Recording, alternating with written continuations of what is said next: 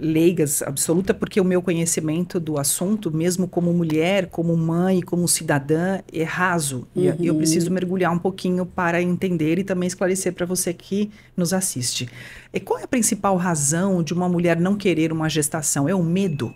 É o medo de não conseguir cuidar daquele bebê? Qual é o que vocês têm colhido de dados e informações Uhum. nestes 25 anos 25 que eu anos. memorizei e quase 26 mil atendimentos? Foi. Ah, geralmente, Silvana, são duas coisas: o medo e a solidão. Por isso é que algumas que chegam para nós, mesmo com o marido, o companheiro, enfim, elas se sentem muito sozinhas. Porque quando é gravidez inesperada, não é indesejada, é inesperada. Elas estão ali, não tem chão. E o que nós passamos para elas é: você não está sozinha. E às vezes a mãe também leva. Então, assim, o que é preciso é esse acolhimento. E elas sentem muito essas. Gente, socorro. E lá, o objetivo principal é mostrar realmente: você não está sozinha. Nós estamos, alguém vai passar a te abraçar, a te acolher, a escuta ativa, que a psicologia tanto fala. Uhum. Então, lá, desde as meninas do bazar, a recepção, o administrativo, todos, o objetivo de todos é falar de vida, é mostrar a vida nas atitudes, nas palavras, nas reações, porque a partir daí elas vão se sentir mais seguras. Às Uhum. vezes um abraço resolve. É. E é interessante, Silvana, porque muitas perguntam: o que você quer de mim? Você quer que eu mude para a sua religião? Mas que religião? Ninguém está falando de religião aqui. Uhum. E elas começam a desarmar. Sim. E eu não digo a você que 100% das mulheres atendidas pelo SEV que pensavam em abortar desistiram. Mas, se nós temos 0,01% desse número de atendimentos, é muito. Vindo ela de um estupro, que nós vamos falar daqui a Sim. pouco, Sim.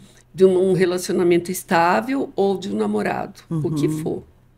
Por quê? O SEV é suprapartidário e suprarreligioso, Uhum. mas a nossa base é cristã, isso a gente não Uhum. abre mão. Sim. Sim. Então, nós sempre falamos para ela: olha, só Deus tem o dom de dizer haja vida. É. Nem a Dolly, que foi o clone, viveu.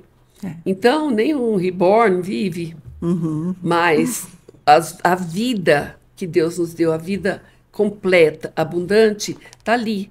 E ela, nós mulheres, somos capazes de gerar essa vida, obviamente, com o homem. Então, quando nós começamos a mostrar o que há de vida, o que essa criança vem para mudar, às vezes, a história, para reestruturar a história dela, acontece, Uhum. sabe? E é fascinante. A gente não tem história de Cinderela lá, Sim. mas nós temos vidas transformadas, a começar da nossa. E isso é muito lindo. Uhum. Nós, quando começamos a trabalhar no SEV, seja parte do staff ou voluntariado, não é a mesma coisa. Nós não somos os mesmos. Não é mais a A mesma, nem será. diretoria, nós Uhum. temos homens na diretoria e eles dão o mesmo depoimento, não são os mesmos, porque Uhum. Deus, para impactar outros, ele tem que, ele tem não, ele quer impactar a gente antes, Sim, sem né? dúvida. E essa forma inesperada que elas obtêm a informação da gestação, muitas vezes é porque ou é a primeira gestação, ou é porque já teve vários filhos e não quer mais, não quer ter um bebê naquele Exatamente. momento, aquilo foi verdadeiramente inesperado, e não estou preparada para isso agora, e aí o desejo de abortá-lo, de abortar o bebê, é maior.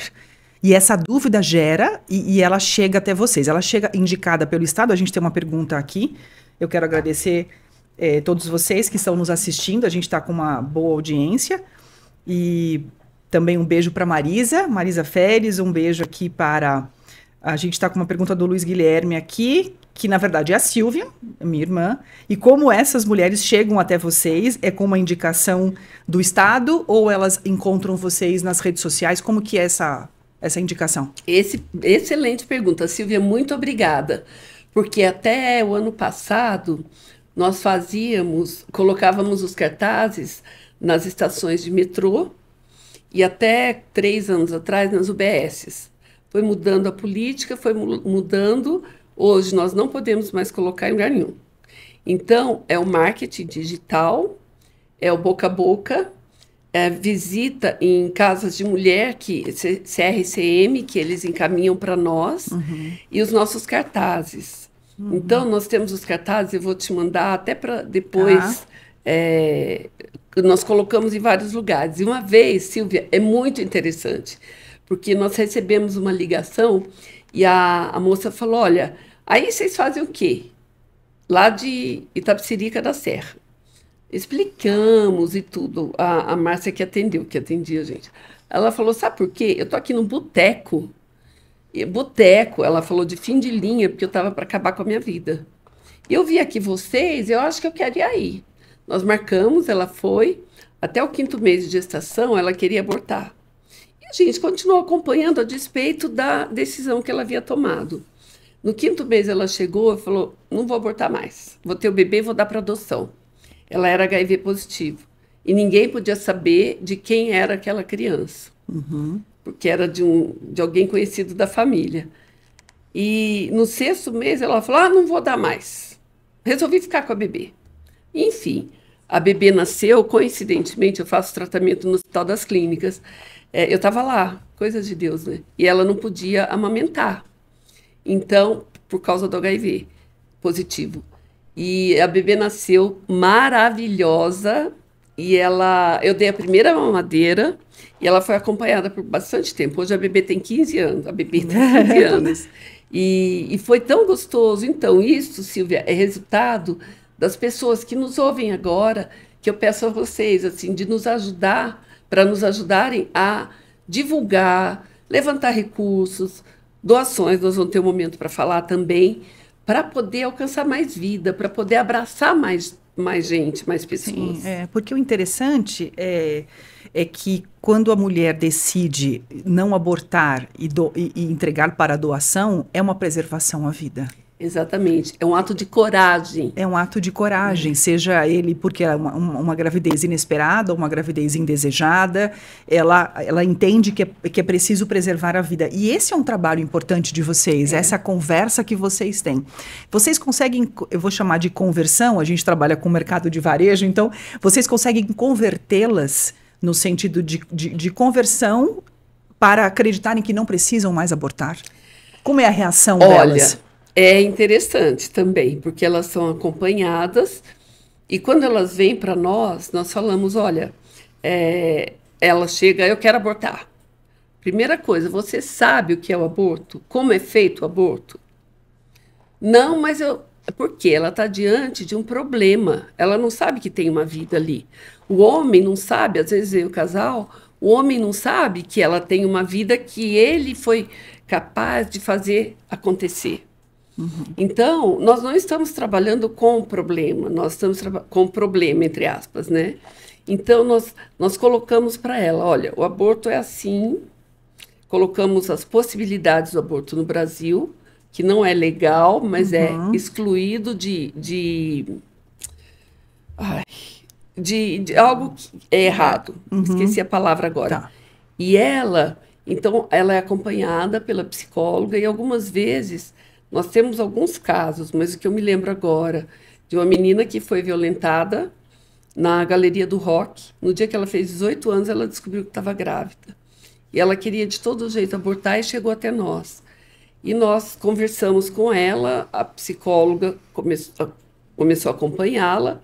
E ao longo do tempo, os pais dela fizeram com que ela desistisse do aborto. Então, essa menina... extremamente deprimida, porque é assim também, sabe, Silvana? Um parêntese na história. Quando a menina, a mulher, é violentada, o aborto é um outro tipo de violência. Nós podemos falar mais também sobre isso. Enfim, a menina estava lá e continuou. Quando o bebê nasceu, existe um hospital em São Paulo, que é o Hospital Cachoeirinha, se ela vai dar para adoção, ela não fica com as outras mães e não vê o bebê. Que é um sinal de respeito para ela, né? E eu acho isso muito lindo, porque as assistentes sociais conversam e tudo, tá bom. Na hora de ir embora, ela falou para os pais, eu posso ir ver o bebê? Ela não sabia se era homem, mulher, não sabia. Ah, tá, não sabe. Não sabia de nada. É porque isso eu não sei, me desculpe, eu sou Não, claro, leiga, claro. até é bom para nós esclarecermos. Então, quando uma mulher não quer um bebê, quer fazer um aborto, decide não fazer, mantém a gestação, porque ela é vítima de um abuso de violência sexual. Ela tem o bebê e ela pode doar. Pode. E aí o protocolo é ela não ter contato com o bebê. Na verdade, é mais pelo lado psicológico mesmo. Psicológico, ok. Então, assim, ela fala, não é conosco. Tá. Então, essa menina morava no entorno da Santana. Uhum. Então, ela já falou com a assistente social, tanto do hospital quanto da vara da infância, que ela ia doar para adoção, dar para adoção. E então, eles já sabiam. Quando ela entrou em trabalho de parto, eles já sabiam da adoção voluntária, que, por sinal, gente, já foi muito difícil a adoção no Brasil. E hoje em dia, tá uma coisa assim, não é tão fácil, mas é legal e é mais rápida. E aí o que ela fez? Na hora de ir embora, ela falou: pai, a gente pode levar a bebê? E o pai falou: filha, é minha neta.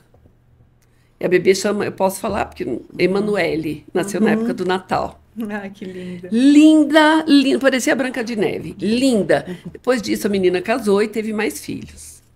Então, nós vemos a transformação. Algumas têm as suas histórias reescritas quando chega o bebê. De tudo que ela não recebeu, muitas vezes, de amor, de carinho em casa, ela aprende a dar para esse bebê. E é muito lindo isso. Que nós vemos a transformação orgânica e psicológica.